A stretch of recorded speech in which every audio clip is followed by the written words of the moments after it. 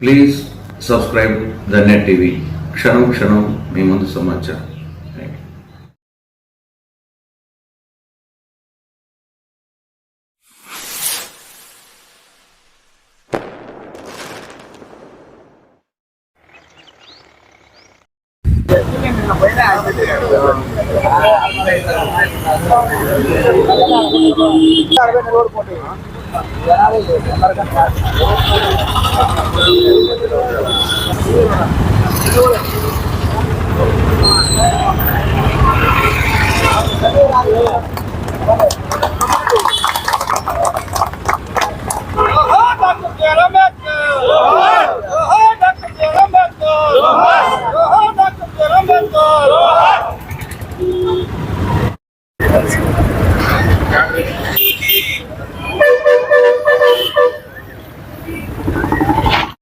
నిన్నటి దినం ఆగస్టు 1వ తేదీన సుప్రీంకోర్టు ఎస్సీ వర్గీకరణ ఎస్టీ వర్గీకరణ పైన తీర్పు ఇవ్వడం పట్ల ఏపీఎంఆర్పిఎస్ తరఫున మేము హర్షం వ్యక్తం చేస్తున్నాం. అదేవిధంగా ఎంఆర్పిఎస్ గత 30 సంవత్సరాల ఉద్యమం చేయడం వల్ల ప్రతి ఒక్క మాదిగ సోదరుడు మాదిగ ఉపకులాలు అందరూ ఎంతో ఉద్యమాలు చేసి ఆ యొక్క మాదిగలు కొంతమంది అమరులైనారు. మేము ఒకటే తెలియజేస్తున్నాం, కేంద్ర రాష్ట్ర ప్రభుత్వాలకు ఏబిసిడి వర్గీకరణ రాష్ట్ర ప్రభుత్వాలు చేసుకోవచ్చని సుప్రీంకోర్టు తెలియజేసింది. అందులో భాగంగా ఇక్కడ ఆంధ్రప్రదేశ్లో తెలుగుదేశం పార్టీ గవర్నమెంట్ ఉంది. ఆ చంద్రబాబు నాయుడు గారు వర్గీకరణ ఖచ్చితంగా చేస్తారు. అదేవిధంగా తెలంగాణ ముఖ్యమంత్రి రేవంత్ రెడ్డి గారు కూడా వర్గీకరణ చేస్తారు.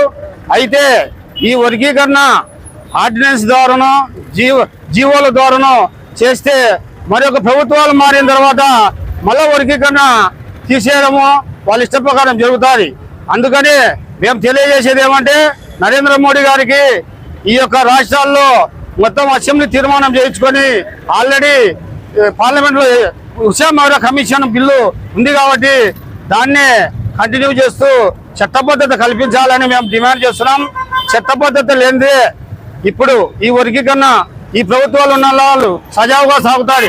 చట్టబద్ధత లేని ఎడల మరొక ప్రభుత్వం వస్తే వర్గీకరణ తీసేయరని గ్యారెంటీ ఏం లేదు. కాబట్టి మేము తెలియజేసేది ఏమంటే ఖచ్చితంగా మాకు పార్లమెంటు చట్టం ద్వారా మాకు చట్టం చేయాలని చెప్పేసి డిమాండ్ చేస్తున్నాం.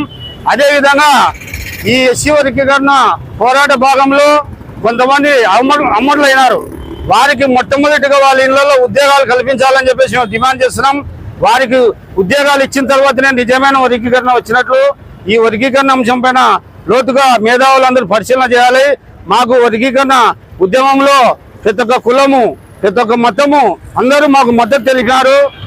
ప్రతి ఒక్కరూ మాకు సహకరించిన వాళ్ళందరికీ ఉద్యమ నమస్కారాలు తెలియజేస్తున్నాం. జై మాదిగ, జై మాదిగ. అందులో భాగంగా ఇక్కడ చిన్న విషయము, రేపు ఢిల్లీలో ఆగస్టు 9వ తేదీన ధర్నా కార్యక్రమం ఉంది. అది కంటిన్యూ చేస్తున్నాం.